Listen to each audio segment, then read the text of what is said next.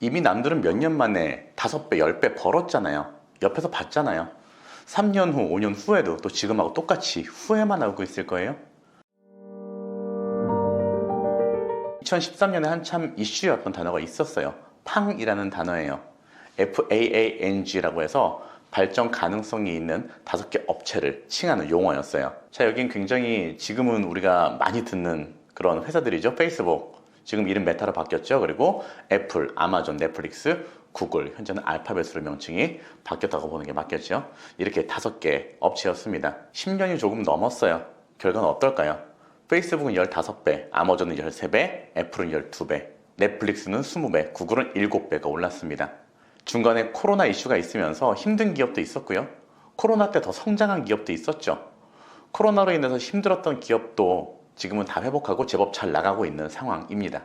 자, 그리고 3년 전이죠. 매니피센트 7이라고 해서 구글, 애플, 메타, 아마존, 그리고 마이크로소프트, 엔비디아, 테슬라 이렇게 7개 업체가 이슈가 됐었죠. 팡에서 M7으로 올라간 곳도 있고요.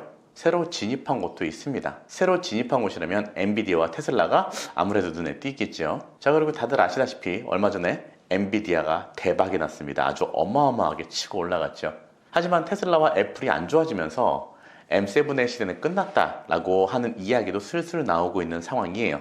그래도 처음 이 이야기가 나왔던 3년 전에 올라탔던 사람들이라면 꽤 수익을 봤을 겁니다. 자, 그럼 앞으로는 어떤 곳이 뜰까요? 이제는 AI5의 시대입니다. 자, 사이클이 조금씩 짧아지는 느낌이 들죠? 팡에서 M7으로 가는데 10년 정도가 걸렸는데 M7에서 AI5가 나오는 데에는 한 3년 정도밖에 걸리지 않았으니까요. 자, 그럼 AI5 뭘까요?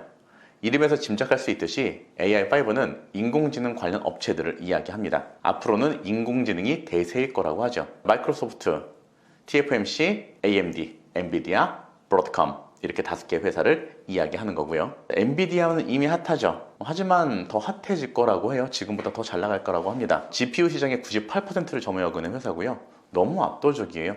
제가 컴퓨터라는 걸 자세하게 알게 된 이후부터, 그러니까 제가 2000년도에 조립 PC 매장을 직접 운영했었으니까요. 그 전부터, 그리고 또 그때부터 지금까지 그래픽카드 자리에서는 거의 물러나 본 적이 없는 정도가 아니라 너무도 압도적인 곳이죠. 인공지능 시장에서 그래픽카드는 가장 중요한 부분 중에 하나예요. 그러한 그래픽카드 시장에서 1위를 놓쳐본 적이 없는 곳이고요. 저는 앞으로도 충분히 발전 가능성이 충분히 높다라고 생각이 듭니다. 마이크로소프트는 챗 GPT의 주인이죠. 빙도 만들었고요. 인공지능의 소프트웨어적인 부분에서 가장 앞서 나가는 회사죠. 구글이나 네이버, 애플 등등 많은 업체들이 인공지능을 준비하고 있지만 선발주자라는 것을 무시 못하죠. 이미 시장 점유율도 상당하고요. 자, 그 다음으로 AMD는 CPU를 만드는 곳이에요. 컴퓨터 조금 아시는 분들은 익숙하실 거예요. CPU를 인텔 거를 쓰냐, AMD 거를 쓰냐 이런 고민들 굉장히 많이 하죠, 지금도. 제가 한참 컴퓨터에 관심이 많을 때 인텔은 고가, 그리고 AMD는 저가 CPU의 이미지가 강했어요. AMD의 안정성이 좀 떨어지기도 했고요. 그때는 그랬어요.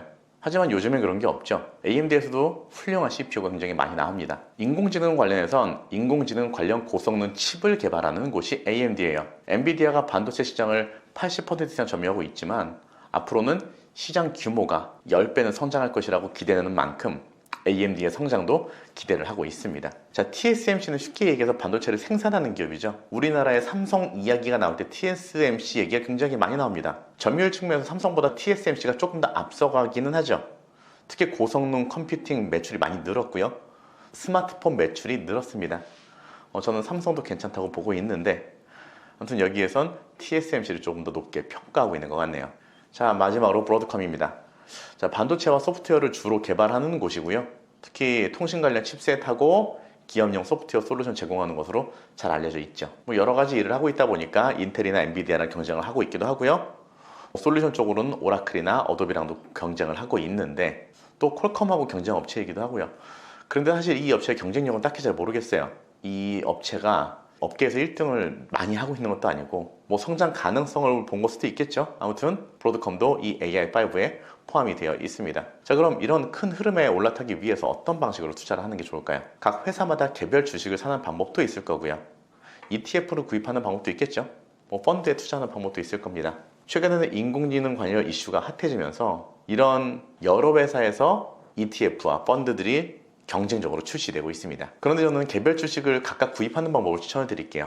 비용도 비용이지만 개별 주식으로 투자를 해야 회사 하나하나를 더 자세히 알게 되더라고요. 인공지능의 시장 성장성은 1년에 38% 정도라고 합니다.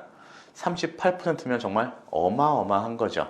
스마트폰 처음 나왔을 때 기억하세요? 지금 이 영상 보시는 분들 중에 2000년생 이후 분들은 아마 기억이 안 나실 텐데 정말로 스마트폰 처음 나왔을 때 폭발적인 반응이었죠. 말 그대로 순식간에 시장을 지배했습니다. 그때 스마트폰의 성장률이 연 20%였어요. 그런데 인공지능은 38%라고 합니다. 우리도 이 흐름에 올라타야 하지 않을까요? 자, 이번 영상에서 인공지능 관련주인 AI5에 대해서 알아봤습니다. 이 영상 보고 계신 여러분들 모두 부자 되시고요. 다음 영상도 기대해 주세요. 감사합니다.